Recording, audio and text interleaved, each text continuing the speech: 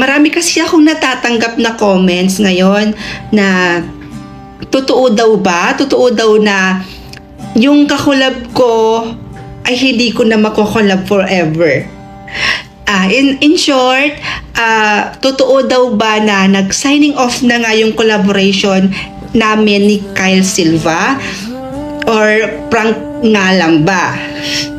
So, bago natin sagutin yan, gusto ko munang magpasalamat sa mga taong tumangkilik, nagmahal sa amin, nanood po ng mga videos namin, nag-idolize sa amin, sumuporta po sa amin simula umpisa hanggang ngayon.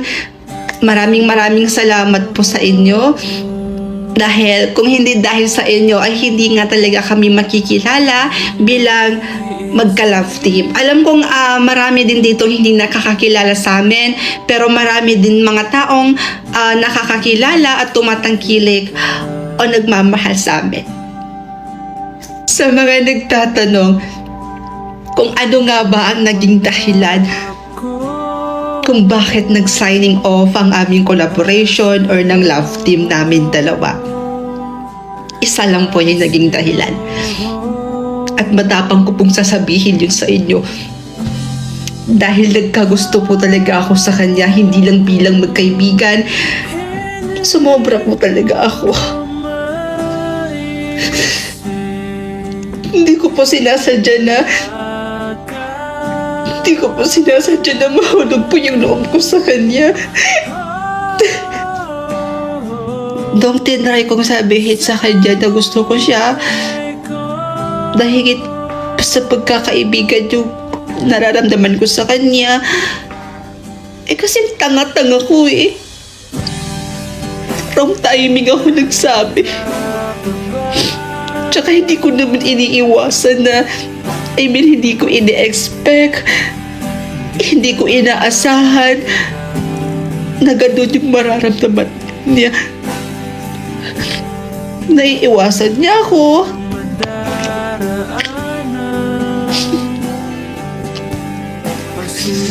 Hindi ko po intensyon na masira yung pagkakaibigan namin dalawa.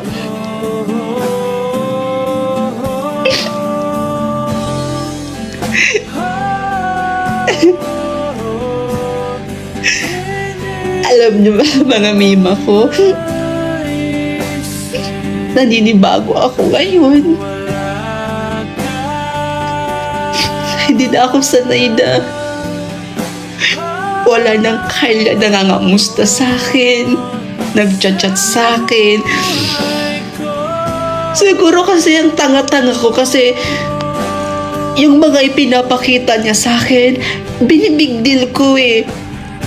Kasi may time kasi na pinaparamdam niya sa akin na mahal niya ako higit pa sa kaibigan. Para bang nagbibigay siya ng motibo sa akin na parang higit din sa kaibigan yung tinuturing niya sa akin eh.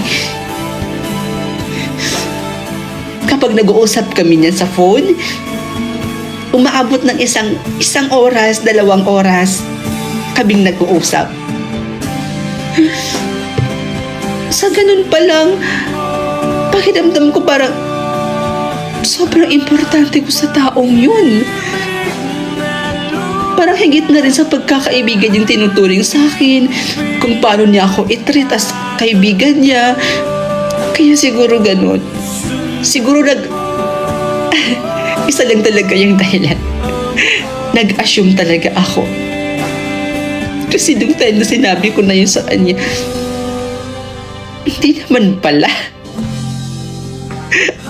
Assuming lang talaga akong tao. At nung nasabi ko na kasi yun sa kanya, ayun, hindi ko inaasahan na i-unfollow niya ako sa TikTok, i-unfriend niya ako sa Facebook. Tapos nasaktan na naman ako doon. Sabi ko, sige, para hindi ko na rin siya makita, hindi ko na makita yung pagmumukha niya dito sa TikTok, sige, ibablock ko na rin siya. Binlock ko siya sa Facebook. Binlock ko na rin sa TikTok. Tapos hindi ko na namamalayan. Nag-post na pala siya ng video na nag-signing off na daw kami. Kyle and Rod is officially signing off na raw.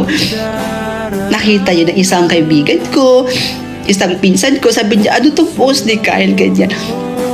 Pero nung nakita ko naman yung in-upload niyang video na bago lang, yung about sa signing off na yun, in-unblock ko na rin siya ngayon sa TikTok, at in-unblock ko na rin siya ngayon sa Facebook.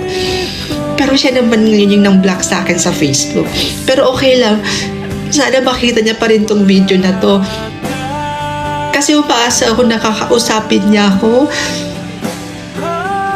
Umaasa ako na mapag-usapan namin kung ano yung dapat naming pag-usapan. Makapag-sorry ako sa kanya.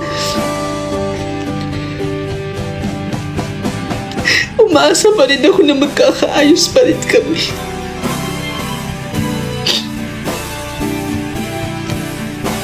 Kyle, kung nanonood ka ba ngayon, gusto ko lang sabihin sa'yo na sorry ha. Sorry kung hindi ko napigilan yung sarili ko. Hindi ko napigilan na gustuhin ka. Sorry kung nagkagusto ako sa'yo. Sorry kung sumusobra na ako.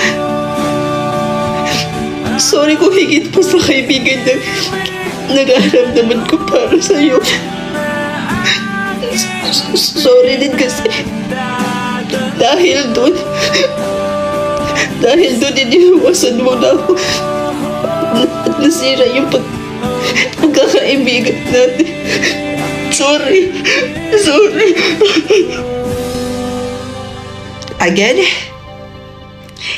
Kyle and Rod's love team is officially signing off. Maraming salamat po sa mga tao na sumuporta at nagmahal sa amin simula umpisa hanggang ngayon. Mahal ko rin po kayo.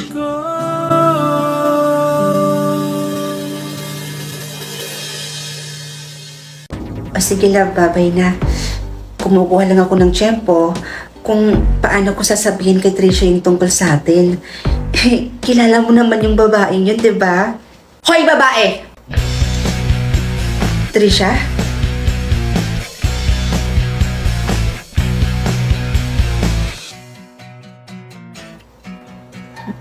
Bes? Wow! May gana ka pa talagang tawagin akong Besh? Pagkatapos ng mga nalaman ko? Ano? Ano, Nas? Sige na! Mag-explain ka! Sabihin mo sa akin kung bakit may tinago sa akin ng lahat ng to? Ha? Wala kang balat para sabihin sa akin ng lahat? Oh, tutuwa nga ka lang dyan? Hindi ka magsasalita? Sabi ko sumagot ka. Sagutin mo lahat ng tinatanong ko sa'yo. Sumagot ka ano? Hindi ka sasagot? Sasagot ka o kakalbuhin kita? Bes, ngayon lang talaga naging kami. Aba, sumasagot-sagot ka pa. Eh sabi mo kasi sumagot ako eh. Ito talaga? Mga agaw ka? Ay, grabe yung reaction ah. Bes, dati ka bang aso? La? Grabe siya oh. Porket naka-jackpot ka. Sus, swerte mo lang. At malas ko naman. Bes, maging masaya ka na lang kaya para sa akin. Ito naman, parang hindi kaibigan. Sige na, sorry na kasi. Peace na tayo. Ano ba bang magagawa ko? Naunahan mo pa akong magka-boyfriend eh.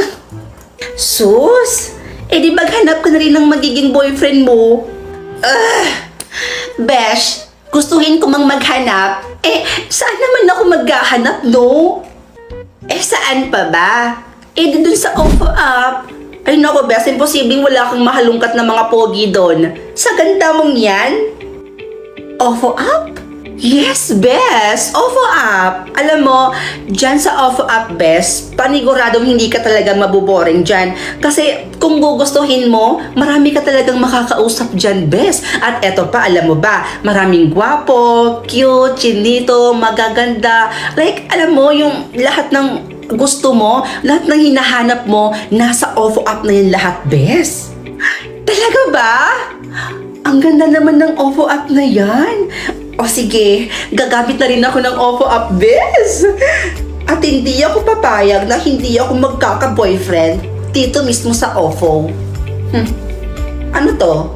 Ikaw lang yung pwedeng magka-boyfriend? No! Hindi ako papayag na ikaw lang ang magkaka-boyfriend sa ating dalawa. Never! Go ka na, bes! Para hindi ka na maging feeling sad dyan, no? Para hindi ka na din maging feeling sawi. Kalam naman naging girlfriend. Lo? Oo na, besh. Oo na. Oo na, ikaw na. Ikaw na talaga. Oo, nasa iyo na ang corona. Kapal. Porket nagka-boyfriend lang. Bahala ka nga dyan. Pag ako talaga nakahanap ng boyfriend dito sa OFO, kukurutin ko yan kifay mo. Bye! Loka-loka talaga tong babaeng to.